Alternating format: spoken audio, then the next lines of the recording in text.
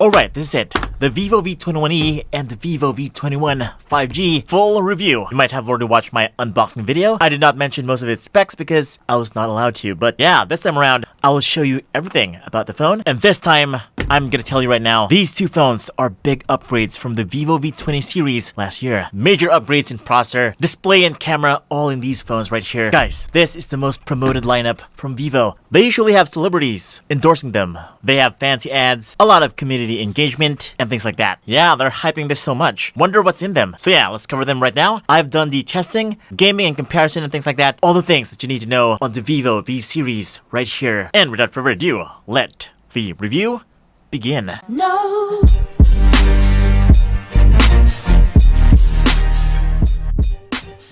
Since we're done with the unboxing video, let's set you aside for now. Today, we're focusing on the phones themselves. Now, the thing about the Vivo V21 series is that they are very similar in design to the Vivo V20 last year. From the shape, the design, the cameras, they're pretty much the Vivo V20, just with a different color, I guess. Here's a quick look comparison from last year. Yep, definitely looks pretty similar, right? Now, both these guys are shaped like iPhones. They have flat backs, rounded edges, and rounded corners. They look and feel very premium. This is glass, by the way. I'm not sure if it's Gorilla Glass material, but Vivo did mention that this is kind of glass. Well, at least the 5G version feels like glass. This one, I'm not really sure. It's not cold to the touch, just a little bit. But I am sure that this is a plastic body. Look at that. Also, if you look closely, the sides are not similar. This is kind of rounded, and this is kind of flat, which is telling us that the 5G version is the more premium product. And yes, I have tried both phones for about a week now, and I really did feel that the Vivo V21 5G is the much better build quality. It just feels a lot more expensive than this one, period. This has a little bit of weight to it, and this is kind of light. Oh, by the way, both are matte finishes at the back, but I do notice that they are a bit of a fingerprint magnet. As you can see, it is less likely on the E version. Now, these guys do have other colors. For example, like this. If you want a more brighter, more vibrant looking phone, then go for those. But if you are more streamlined, or if you like something more premium, then go for these colors. They just look so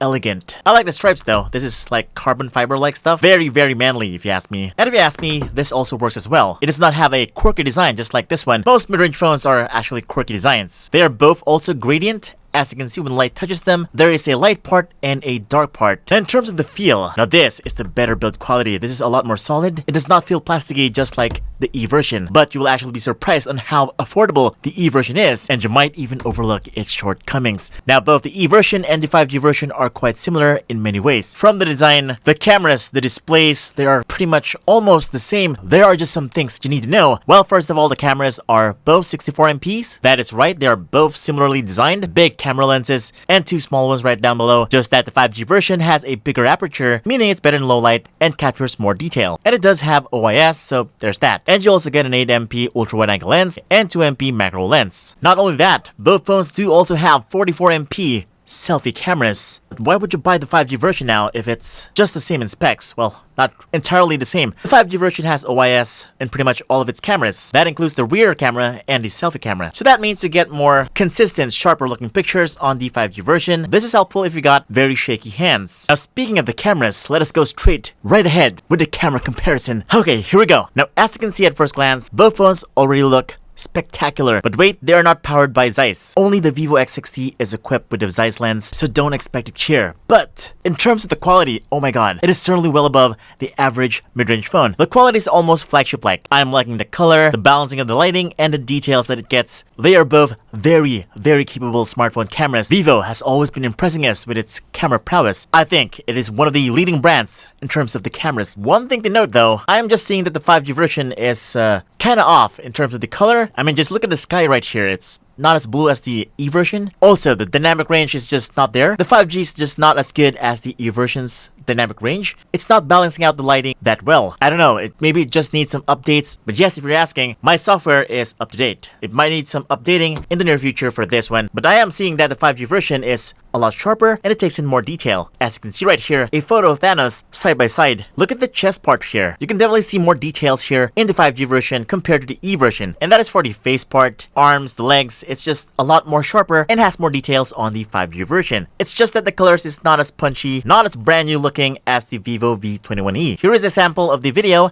and as you can see, the lighting is kind of off in the 5G version. There are some blown out parts in my face and in the background as well. But then in terms of the image quality, it's pretty close. I did notice that the stabilization on the 5G version is a little bit better, just a little bit. Not too much. You will notice it if you start running, though. So yes, hardware-wise, the 5G version is the much more superior camera. But in terms of the software, it kind of needs more improvement and does need some updates because right now it's just not as good. When it comes to the skin tone, the colors, and the dynamic range, I just wish it was better right out of the box. Now, since the 5G version is the better camera phone in terms of hardware, it did give me the better low-light performance. It was a lot clearer, less noisier, and it just showed much more detail in low light. There you go. But I'm just feeling that it could be much better if the software was tuned up a bit. Well, knowing Vivo, it could just be a little wait and we'll get a much better camera pretty soon. Now, in terms of the camera features, notice that in the more section, you will get one more feature that the Vivo V21e does not have, which is the double exposure on the 5G. You don't get that on the E, so there you go. Well, it's just what is this? A foreground of flowers. Double exposure mode. Nice. Oh, by the way, there is a new feature I found here, which is the dual video. This is also available on other brands, but I think this is the first time for Vivo. Just click this one, and there you go. Oh, the color and the light. Okay. Also, I found out this other option right here on the Vivo V21e. It has one, which is the video smart zoom. You don't get that on the 5G version. Wonder why. Again, something that needs to be done on the next update, of course. Well, we'll just have to see on our full camera review for both phones. There's going to be a lot more that I can show you on the camera part on our next review for the Vivo V21 series. But for now, I want to show you the performance, the gaming, and things like that. This is actually the most exciting part of the video. Now, first things first, the display. Both are 6.44 inches, 1080p AMOLED displays. And that is where the similarities end, because as you can see, they are not of the same quality. The Vivo V21 5G has a better, more high quality display. As you can see, it's a lot wider, the whites are purer,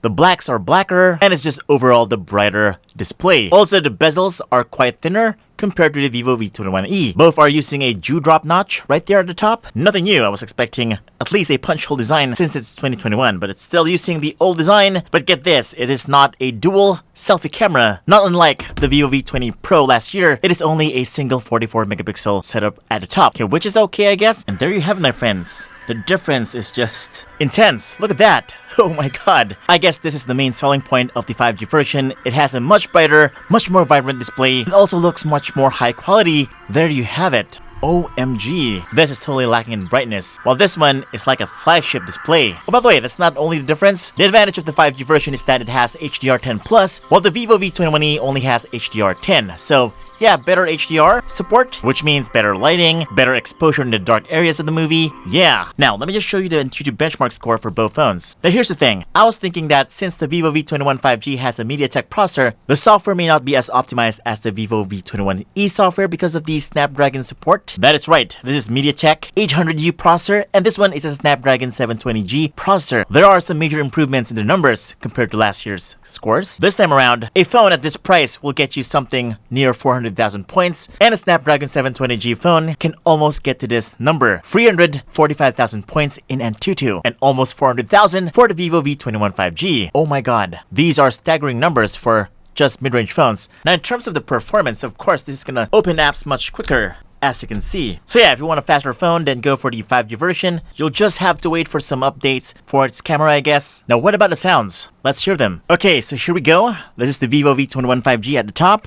And let us check out the performance. Look at that. Oh my god, the graphics is just so good. No lag, no frame drops. Look at this, I'm playing two phones at the same time in Mobile Legends. Have you seen anything like this in your life? I'm pretty sure you haven't. I just can't see the difference right here. It both kind of look like a tie. Maybe it's because Mobile Legends is peaking in terms of performance. That is right. See that? But yeah, the display on the Vivo V21 5G is just so much brighter. Look at that. This is just a dark display right here at the bottom. You could really see the difference right here. But in terms of the overall graphical performance, I don't see any difference at all. They both look smooth. Maybe it's because the game is not really that heavy and it's maxing out for both the Snapdragon 720G processor and the Dimensity 800U. That is why if you're just going to play Mobile Legends, I don't know, you might not even need the 5G version.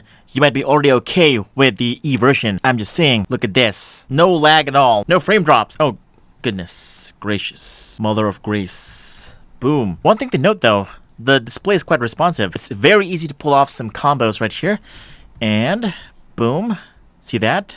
Very, very responsive. I'm guessing the sampling touch rate for both phones are quite high. And checking out the settings right here, they both have high graphics, HFR mode on, pretty much the same. Let us try the second most popular game in the Play Store, Call of Duty. Okay, so as you can see, here is the Vivo V21 5G. I was expecting some more from this because of the much more powerful processor, but looks like there is something limiting the game or the phone itself. Yes, that is right. I have checked the settings and here it is. OMG, what is happening right here? It's only medium graphics and high frame rates on his phone. This is for the 5G version of the phone. And you might be surprised on what the Vivo V21e has in store for all of you. Here it is, the graphics that are available for the E version. Just look at those settings, very high settings, max frame rates, and all of the settings right here are all available on the E version. I am telling you, it's pretty much an optimization thing. I just wish it was able to like go way beyond max frame rates for the Vivo V21 5G because it can actually go way beyond that. You could say the game is just limiting its full potential because of the settings, but oh well, here it is, it's already out.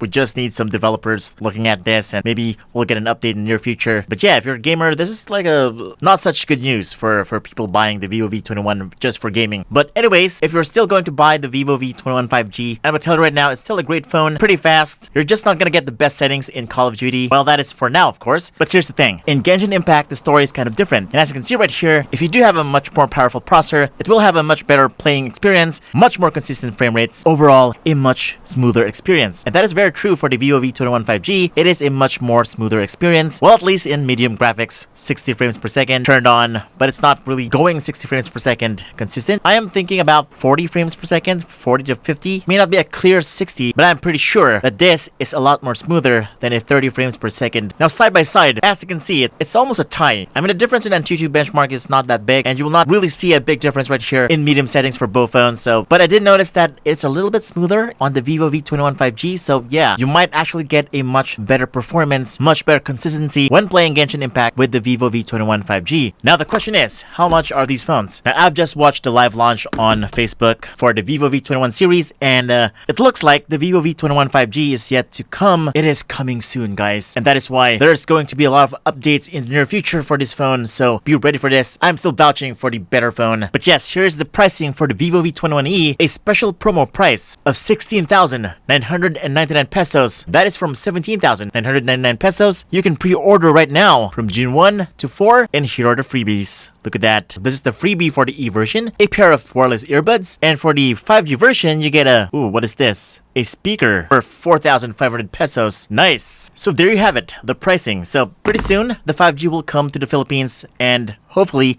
it will get the update it deserves, because right now it's just not, you know, at its best, or what they call in Dragon Ball, not yet its final form. That's right, Frieza. No, it should be Goku. But anyways, if you want to see the full camera review of these two phones, all you need to do is subscribe, hit that bell icon so that you don't miss that video and all of my upcoming content here at TechBeans. And as always, this is Vince from TechBeans, and I'll see you on the next video.